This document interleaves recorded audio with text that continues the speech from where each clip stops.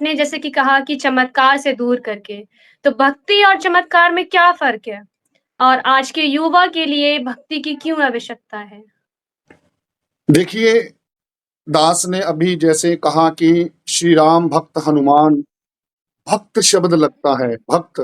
भक्त का मतलब होता है जो भय में रहकर अपने कर्म को कमाते हुए, अपने जो संसार का जो नियम है, उसका पालन करते हुए समझ कर चले कि ये श्री राम जी और श्री राम जी की जो आइडियोलॉजी है कि समाज का निर्माण, ऐसे समाज का निर्माण होना चाहिए जो आदर्श निर्माण हो, जो आदर्श समाज हो। तो उसके लिए बजरंगबली जी महाराज, प्रभु बजरंगबली जी महाराज की ऐसी कृपा इस दरबार पर हुई कि इन्होंने अपनी प्रेरणा से इस दरबार में सारे जो इस समय संसार में ट्रेंड है कि चमत्कार ही भक्ति है, चमत्कार से ही पे आ जाते हैं। जिसे आप संकल्प कहते हैं, अध्यात्म की दृष्टि में वो हठ योग है। हठ योग का मतलब क्या होता है कि आपके जीवन में कोई वस्तु नहीं लिखी गई, परंतु आप उसे जिद से मांगते हैं। ऐसा उसी प्रकार जैसा आप बचपन में अपने पिता या माता से लड़ पड़ते होंगे, रूठ जाते होंगे कि मुझे ये वस्तु चाहिए। आपके माता-पिता को पता है कि ये वस्तु सही नहीं है इसके लिए, अभी इसका ये समय नहीं आया, जब समय आएगा मैं इसे ये वस्तु दे दूँगा। परंतु राम भक्त हनुमान जी ने प्रभु चरणों से जुड़कर परम भक्त, असीम शक्तियाँ होते हुए भी परम भक्ति का एक बहुत बड़ा एक एग्जाम्पल सेट किया, आदर्श एग्जाम्पल कहा जा सकता है। तो उसी प्रकार से आज अगर हम श्री हनुमान जी को मानते हैं, अगर आज हम श्री हनुमान जी की कृपा को अपने जीवन में उतारना चाहते हैं, तो हमें श्री राम जी को मानना होगा। बहुत सारे लोगों में ये भ्रम है कि श्री हनुमान जी को आप देवता स्वरूप पूजेंगे तो हनुमान जी ज्यादा खुश होंगे। वर आपको ऐसे भी मिलेगा, श्री हनुमान जी को पूजोगे वरदान तो प्राप्त होगा, परंतु सच्ची भक्ति केवल और केवल श्री हनुमान जी द्वारा जो। और चमत्कार क्या होता है? चमत्कार हमेशा वंडरफुलनेस, जैसे एक अचंभित या कोई असंभव कार्य है वो एकदम से हो जाना। और जब ऐसी बात आती है, देखिए भक्ति केवल दृढ़ता, संतोष, सब्र, ये इन सब भावनाओं से प्रेरित होती है। और एक भक्त कभी भी जल्दी नहीं करता, एक भक्त कभी भी इंस्टेंट रिजल्ट की तरफ नहीं जाता। भक्त हमेशा सब्र में रहता है, संतोष में रहता है, और चमत्कार कभी भी भक्ति की तरफ जाने नहीं देता मनुष्य को। क्यों? क्योंकि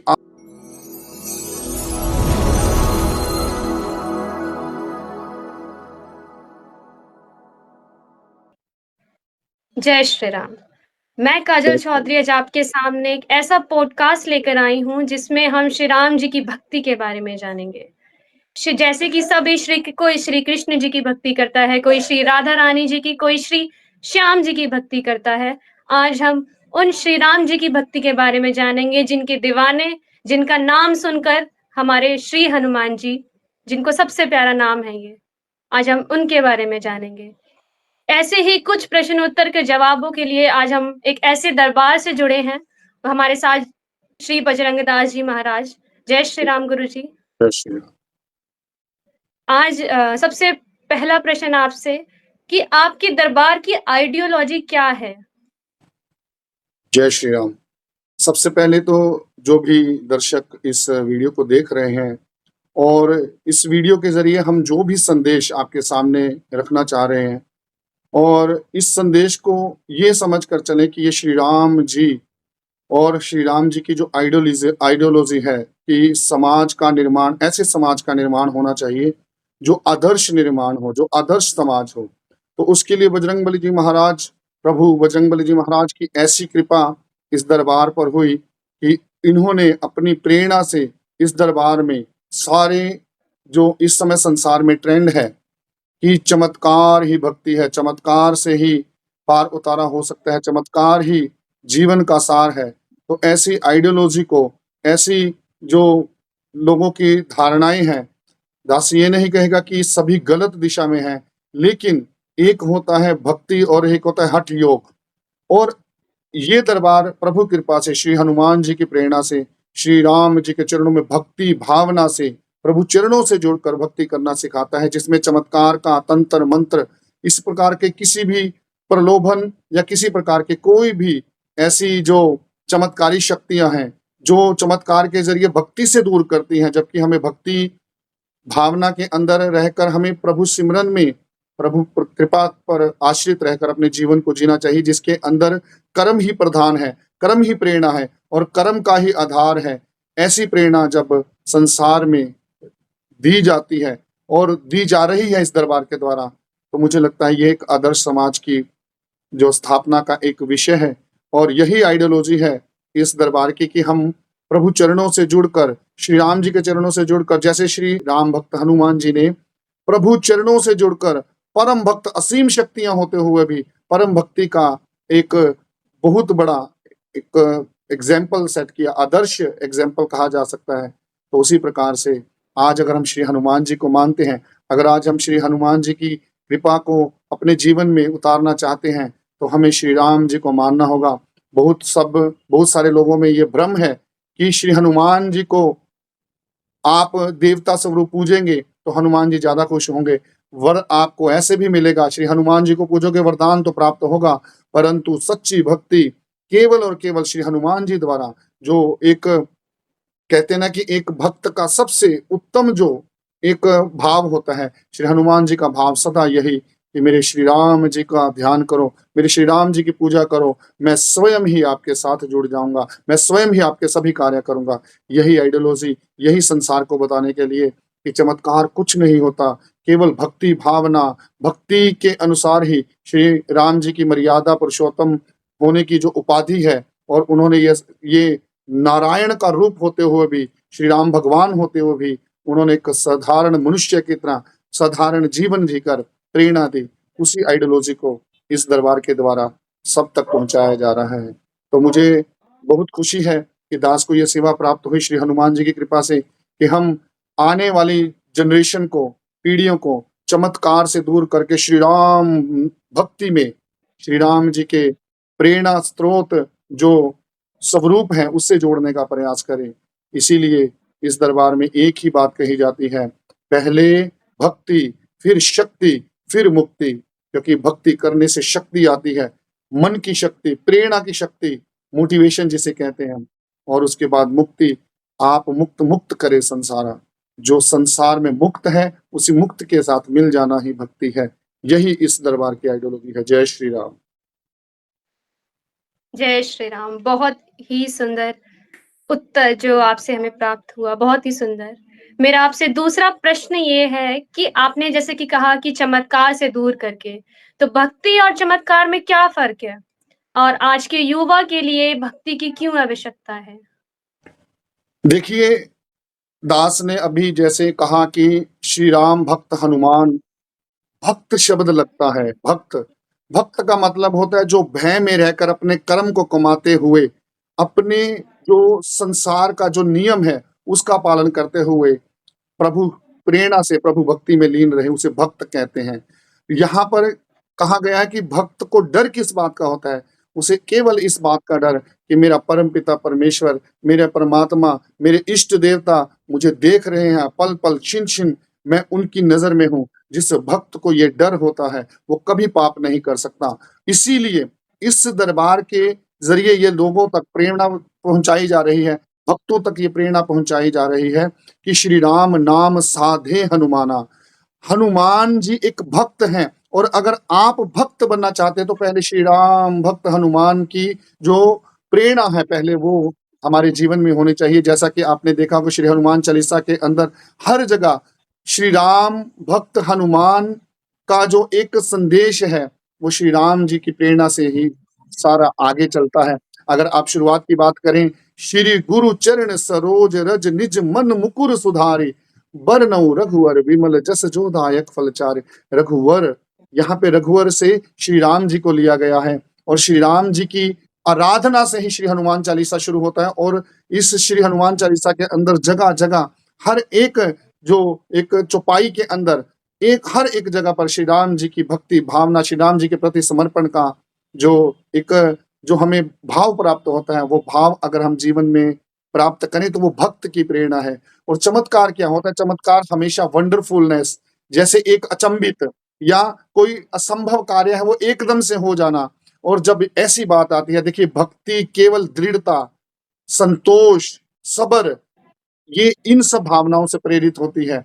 और एक भक्त कभी भी जल्दी नहीं करता, एक भक्त कभी भी इंस्टेंट रिजल्ट की तरफ नहीं जाता। भक्त हमेशा सब्र में रहता है, संतोष में रहता है और चमत्कार कभी भी भक्ति की तरफ जाने नहीं देता मनुष्य को। क्यों? क्योंकि आज ज़माना बहुत तेज़ी से दौड़ रहा है। आपने देखा होगा पहले सभी लोग मिलकर खाना खाते थे, सभी एक जगह पर बैठकर नीचे खाना खाते थे, सारा परिवार के सदस्य मिलकर खाना खाते थे। आज फ़ास्ट फूड हो गया है, यानी कि हर चीज़ फ़ास्ट हो गई है और इसी प्रकार से मनुष्य के पास समय नहीं और इस समय की जो कमी है, इस समय की कमज़ोरी की वजह से आज मनुष्य के पास परमात्मा की भक्ति करने का समय नहीं। परंतु श्री हनुमान जी महाराज हर जगह प्रेरणा देते हैं कि अगर आपने श्री हनुमान चालीसा एक जगह पर श्री हनुमान चालीसा में आता है, यह 100 बार पाठ कर कोई छूट ही बंद महासुख होई। जो 100 बार पाठ करता है उसको तो वरदान देता ही हूँ, परंतु आगे ही लिखा है जो यह पढ़े हनुमान चालीसा एक बार, यानी कि यहाँ पे चालीसा लिखा है, जो यह पढ़े हनुमान चालीसा होए सिद्धि साखी गौरीसा।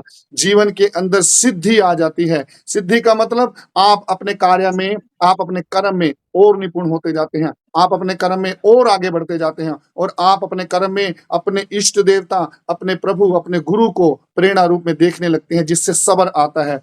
तो भक्ति कभी भी चमत्कार को प्रोत्साहित नहीं करती, चमत्कार हमेशा भक्ति से दूर करता है और इसीलिए इस दरबार में प्रेरणा दी जाती है कि जुड़ना है तो श्री राम जी की भक्ति से, राम नाम जप से जुड़िए, ना कि किसी चमत्कार से, क्योंकि चमत्कार कभी भी पार नहीं लगा सकता। चमत्कार हमेशा आपके मन के जो जो तंत्रियां हैं, जो 5 विकार हैं, उनको एक्साइट करता है, एक्साइटमेंट लेकर आता है और उस एक्साइटमेंट में जैसे काम, क्रोध, लोभ, मोह, अहंकार, अगर आपको कोई चमत्कार हो जाए तो आप अहंकार में आ जाएंगे। आपके साथ कोई चमत्कार हो जाए तो आप एकदम से अपने जीवन के अंदर ऐसी प्रेरणाएं धारण कर लेंगे जिसका भक्ति से कोई भी मेल नहीं होगा। इसीलिए इस दरबार के जरिए प्रभु श्री राम जी का नाम जप और श्री राम भक्त हनुमान जी की भक्ति का जो एक संदेश दिया जाता है और इस संदेश के जरिए कई जो भक्त हैं प्रभु कृपा से इस आइडियोलॉजी को समझकर प्रभु प्रेरणा में आकर प्रभु श्री राम जी के भक्त बनकर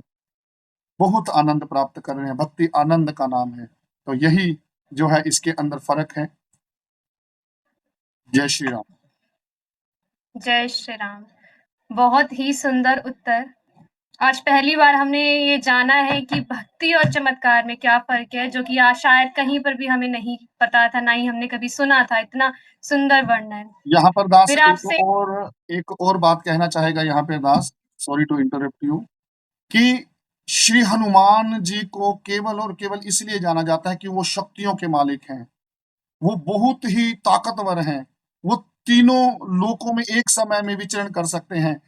अष्ट सिद्धियों और 9 निधियों के दाता हैं। ये चमत्कारिकता को प्रेरणा देता है। जबकि दास ये कहना चाहेगा कि हनुमान जी के अंदर इतनी असीम शक्तियां होने के बावजूद भी उन्होंने सेवक का जीवन जिया, एक दास का जीवन जिया। उन्होंने एक ही प्रेरणा दी कि मैं जो कुछ भी हूँ श्री राम जी की वजह से हूँ। जो श्री राम जी ने मुझे दिया उसी प्रेरणा से मैं इतना बड़ा भक्त बन पाया हूँ और अगर आज मैं बड़ा हूँ तो वो श्री राम जी की प्रेरणा है। हमें यहीं से सीख जाना चाहिए कि श्री राम भक्त हनुमान अगर इतना इतना बड़ा अगर वो एक स्लोगन दे रहे हैं कि मुझे जो भी प्राप्त हुआ श्री राम जी के आशीर्वाद के बिना वो संभव नहीं था, तो हमें समझ जाना चाहिए कि भक्ति में कितनी शक्ति है। जय श्री राम। बहुत-बहुत धन्यवाद आपका। बहुत सुंदर। मेरा आपसे तीसरा सवाल ये है कि कुछ लोग ऐसे होते हैं जो संकल्प करते हैं परंतु उनकी इच्छाएं पूरी हो जाती है। तो क्या संकल्प से प्रभु जी को, श्री राम जी को प्रसन्न किया जाता है या श्री हनुमान जी खुश हो जाते हैं उन संकल्पों से जो उनका वो कार्य कर देते हैं? बहुत ही सुंदर सवाल है ये काजल जी आपका। दास यहाँ पर बहुत एक कहते हैं ना कि जोर देकर किसी बात को कहना। देखिए जो प्रेरणा श्री राम जी की कृपा से, श्री राम भक्त हनुमान जी की कृपा से जो दास को प्रेरणाएं प्राप्त हुई है, उस प्रेरणा के अंदर सबसे बड़ी प्रेरणा ये है, संकल्प किस चीज का लेना है? संकल्प लेना है अपने अंदर छुपे विकारों से, काम, क्रोध, लोभ, मोह, अहंकार को छोड़ने का संकल्प। आप संकल्प के जरिए क्या करते हैं? जैसे अभी तक जितना भी जो रिसर्च की है, चाहे वो यूट्यूब से या जितने भक्तों से बात होती है, होता क्या है कि आप एक इच्छा धारण कर लेते हैं और उस इच्छा का आपके जीवन में कोई संबंध है या नहीं है आपको नहीं पता, लेकिन परमपिता परमेश्वर को ये पता होता है कि ये इच्छा जो मांग रहा है मुझे इसको देना है या नहीं देना है। तो हम उसके लिए हठ योग पे आ जाते हैं। जिसे आप संकल्प कहते हैं, अध्यात्म की दृष्टि में वो हठ योग है।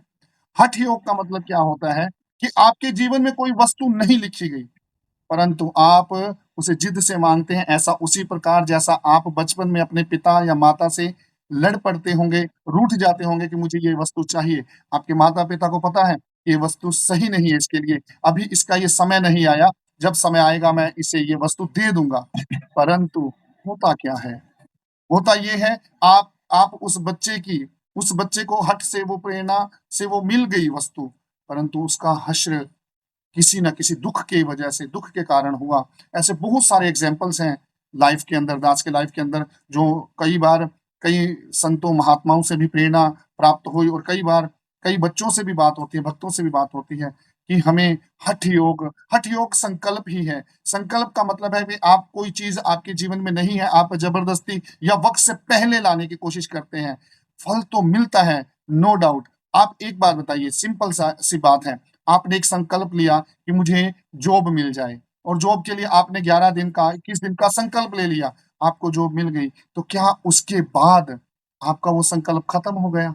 क्या उसके बाद आपको ज़रूरत नहीं पड़ी कि भक्ति भावना की? क्या उसके बाद आपने फिर से नई किसी इच्छा के लिए संकल्प किया? क्योंकि संकल्प केवल और केवल एकमात्र इच्छा के लिए किया जाता है।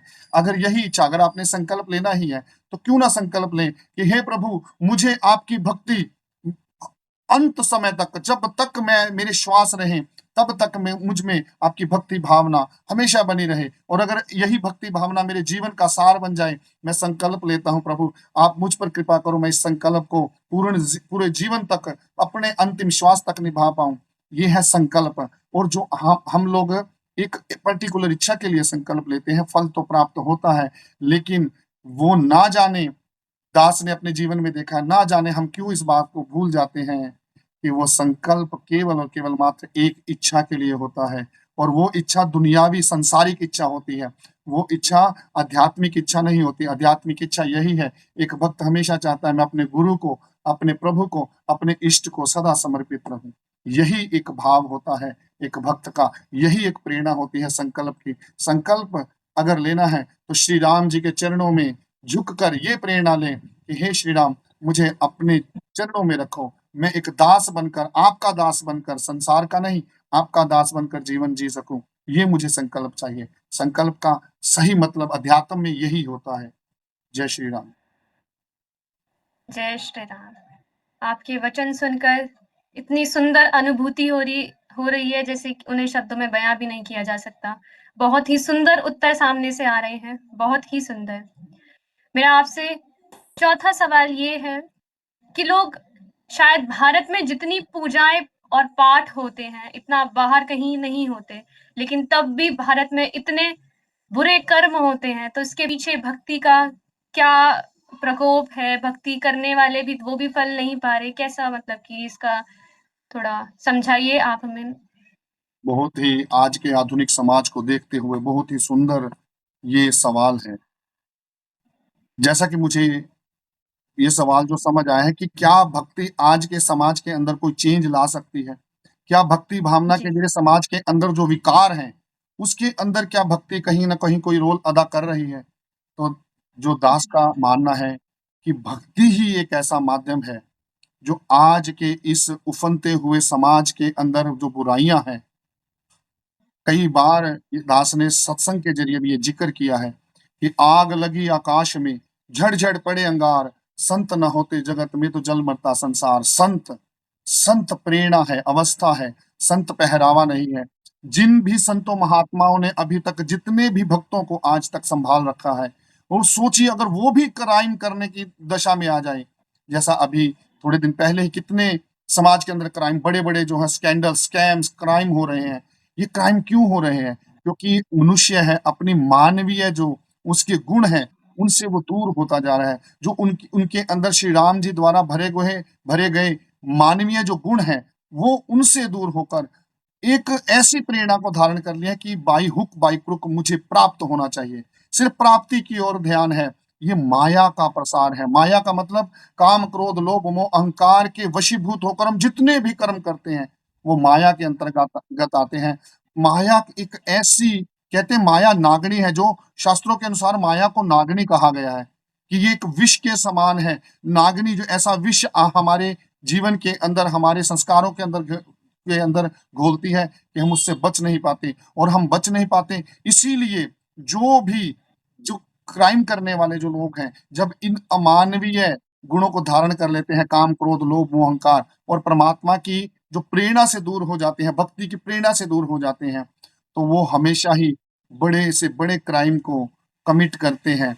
और आपने देखा ही होगा, कई बार ऐसा जिक्र भी किया है, जो सत्संग की प्रेरणा लेता है, जो भक्ति भावना में, इवन जो श्री राम भक्त हनुमान या किसी भी देवी देवता को मानता है, अगर वो सच्चे मन से कहीं जुड़ा हुआ है, सच्चे मन से किसी परमात्मा के चरणों में, किसी देवता के चरणों में जुड़ा हुआ है, तो उसके अंदर किसी भी बड़े से बड़े क्राइम को करने की इंटेंसिटी होगी जीरो के बराबर। और अगर छोटे-मोटे जो अगर बात करें कि झूठ बोलना या छोटे-मोटे कोई भी ऐसे, वो क्राइम के अंदर नहीं आते, लेकिन एक भक्त हमेशा ऐसे भावनाओं से भी बचता है, जो झूठ बोलना, किसी से फ़रेब करना, किसी को दुःख देना, परंतु फिर भी जाने-अनजाने में होते हैं, तो एक भक्त हमेशा इसी बात से डर कर रहता है कि मुझसे कभी किसी का अहित ना हो जाए, मुझसे कभी किसी का कहीं ऐसा बर्ताव ना हो जाए मुझसे कि मेरे परमपिता, मेरे गुरु कहीं मुझसे रूठ जाएँ। ये एक भक्त की प्रेरणा होती है। तो दास का मानना है कि अगर भक्ति भावना से, अगर एक ऐसा चैप्टर भी अगर मान लीजिए सिखाया जाए, जितने भी सत्संग या संत जो है, महात्मा है, अगर वो भक्ति चमत्कार की जगह भक्ति भावना से, भक्ति की जो प्रेरणा सभी जो समाज के अंदर ये फैलाएँ, तो मुझे लगता है संसार का उद्धार हो सकता है। मुझे लगता है समाज समाज का एक नया आईना प्रस्तुत हो सकता है, और जो बड़े-बड़े ये क्राइम होते हैं, जो भ्रष्टाचार जितना भी बढ़ रहा है, या किसी को आज आपने कल देखा होगा, आजकल किसी को गोली मार दी, किसी की हत्या कर दी, किसी को चाकू मार दिया, तो ये अमानवीय गुणों के अभाव की वजह से होता है, और एक भक्त कभी भी अमानवीय गुणों को अपने अंदर समाहित नहीं होने देता। एक भक्त हमेशा प्रभु चरणों से जुड़कर, प्रभु कृपा में रहकर अपने जीवन को जीता है, इसलिए उसके अंदर क्राइम करने की इंटेंसिटी बहुत कम होती है, बल्कि ना के बराबर होती है। जाने-अनजाने में तो देखिए मनुष्य है, और मनुष्य का कर्म है कर्म करना, कहीं अपने परिवार को पालते हुए, अपना धर्म निभाते हुए, कोई छोटा-मोटा अगर मान लो उससे कोई ऐसा भाव हो भी जाता है, तो परमात्मा की कृपा से उसे जो है बहुत बड़े अपराध की श्रेणी में नहीं गिना जाता, परंतु फिर भी एक भक्त हमेशा यही प्रयास करता है कि मैं अपने प्रभु के चरणों में समर्पित रहकर कुछ ऐसा जीवन जीऊँ, जिससे मेरे गुरु, मेरे परमपिता परमेश्वर सदा मुझसे खुश हों। ऐसी ही प्रेरणा से जीवन जीने वाले भक्तों की आज आवश्यकता है। यही समाज को बदलने का सबसे सुंदर कार्य करेंगे। तो यही दास का बहुत जोर देकर ये एक भाव है कि हमें भक्ति भावना से सारे संसार को जागृत करने का प्रयास करना चाहिए, और ये दरबार हमेशा भक्ति भावना से सारे संसार को उजागर करने का और प्रेरणा देने का कार्य कर रहा है। जय श्री राम। जय श्री राम। बहुत-बहुत धन्यवाद आपका। ये उत्तर उन लोगों के लिए बहुत ज़रूरी है, जो लोग ये मानते हैं कि भक्ति सिर्फ़ और सिर्फ़ बुढ़ापे का विषय है, जबकि भक्ति की आवश्यकता आज की युवा पीढ़ी को सबसे ज़्यादा है। और बहुत ही सुंदर आपका ये बात यहाँ पर भी लागू होती है जब आप सत्संग में देखते हैं।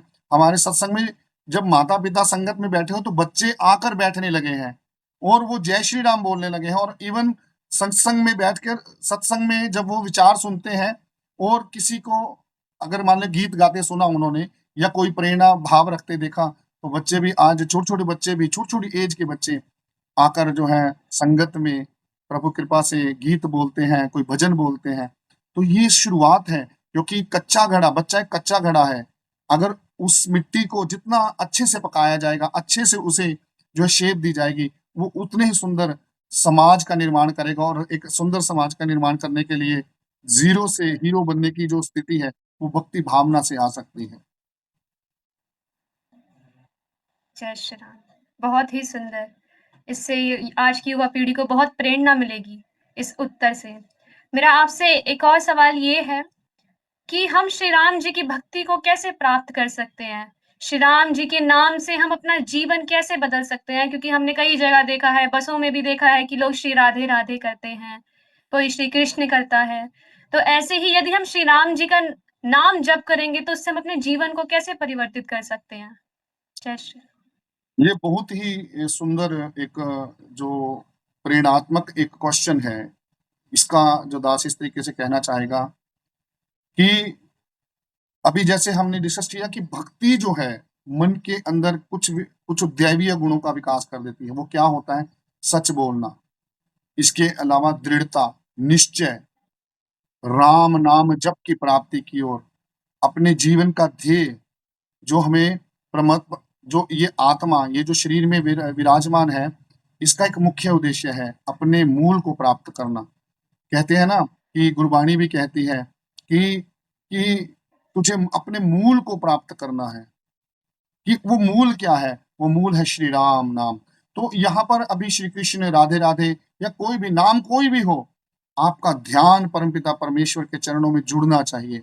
आप किसी भी धर्म से संबंधित हैं, तो इसीलिए इस दरबार में एक बहुत ही सुंदर एक जो बात बोली जाती है कि श्री राम नाम साधे हनुमाना, तो हनुमंत निकट पहचाना। जैसे कई बार इस बात का जिक्र हो चुका है इस दरबार के जरिए कि हम श्री हनुमान जी को पूजते हैं। मुबारक है, पूजिए हनुमान जी को। हनुमान जी किसको पूजते हैं? ये देखिए हनुमान जी क्या चाहते हैं। कई बार जब दास ये जिक्र करता है कि एक भक्त आकर ये मांगता है कि मेरे प्रभु मुझे ये प्राप्त हो जाए, मुझे ये मिल जाए, मुझे ये प्रेरणा चाहिए, ये मुझे अपने जीवन में ये सुख चाहिए। कभी ये नहीं सोचा कि परमात्मा आपसे क्या मांगते हैं, परमात्मा आपसे क्या चाहते हैं। तो ये जो सवाल है अपने आप में बहुत ही एक ऐसा सवाल है जो हमारे अंतर मन की भावना को, हमारे अंतर्द्वंद को बहुत सुंदर अवस्था में, बहुत एक ऐसी डिबेट दिमाग में छेड़ दे, हमारे मन में छेड़ दे कि राम नाम साधे हनुमाना। अगर राम नाम करने से हनुमान जी सध जाते हैं, तो हमें हनुमान जी को निकट पहचानने के लिए, निकट उनको लाने के लिए तो हम सारे कार्य करते हैं। हम मंगलवार को जाते हैं, मंदिर में जाते हैं, पूजा पाठ करते हैं, संकल्प लेते हैं। किस लिए?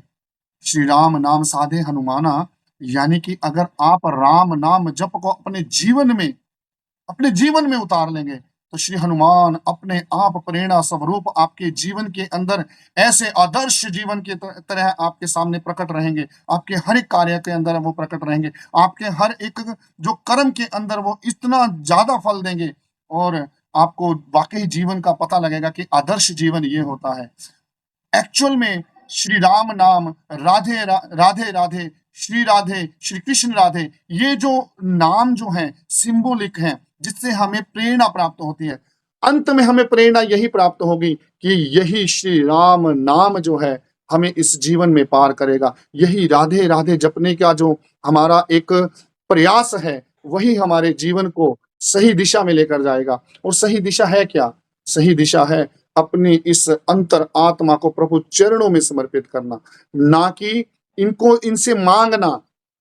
प्रभु से मांगना नहीं, अगर मांगना है तो इनसे मांगो कि हे प्रभु श्री राम, आप मेरे हो जाओ, मेरे जीवन में आकर स्थापित हो जाओ, ताकि मुझे आपसे कुछ मांगना ना पड़े। हम करते क्या है? हम एक एक चीज, मुझे ये चाहिए, मुझे वो चाहिए, मुझे जॉब चाहिए, मुझे शादी नहीं हो रही, ऐसा है वैसा है।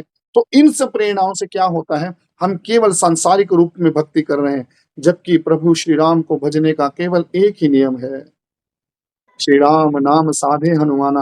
राम राम राम राम करते हुए अगर आपका जीवन जीने का तरीका, आपका जीवन चल रहा है, तो ये सुंदर अवस्था है। ये सबसे अति जो कहते हैं ना कि परमात्मा को प्रिय जो अवस्था है आपकी। और इसी अवस्था के लिए, असल में इसी अवस्था के लिए भक्त अपना जीवन जीता है और वो इसी प्रकार से समर्पित रहने का प्रयास करते हैं। हमारे जितने भी कर्म कांड हैं, वो इन्हीं सब जो भक्ति भावना की तरफ ले जाने वाले होते हैं। परंतु अनफॉर्चुनेटली मनुष्य के मन में केवल एक ही चीज बैठ गई है कि मैं केवल संकल्प के जरिए, हठ योग के जरिए या माया के जरिए प्रभु को रिझाने का प्रयास करूं।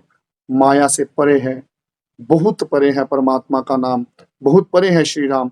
और श्री राम एक ऐसी शक्ति जिन्होंने मर्यादा में रहकर स्वयं भगवान होते हुए भी मर्यादा में रहना सिखाया। और हम श्री राम जी को ही नहीं मानकर, हम श्री राम जी को ही शिक्षाओं को ना मानकर अपने आप को हमेशा कहीं न कहीं साबित करने में तुले होते हैं, कहीं अहंकार में, कहीं मोह में, कभी लोभ में।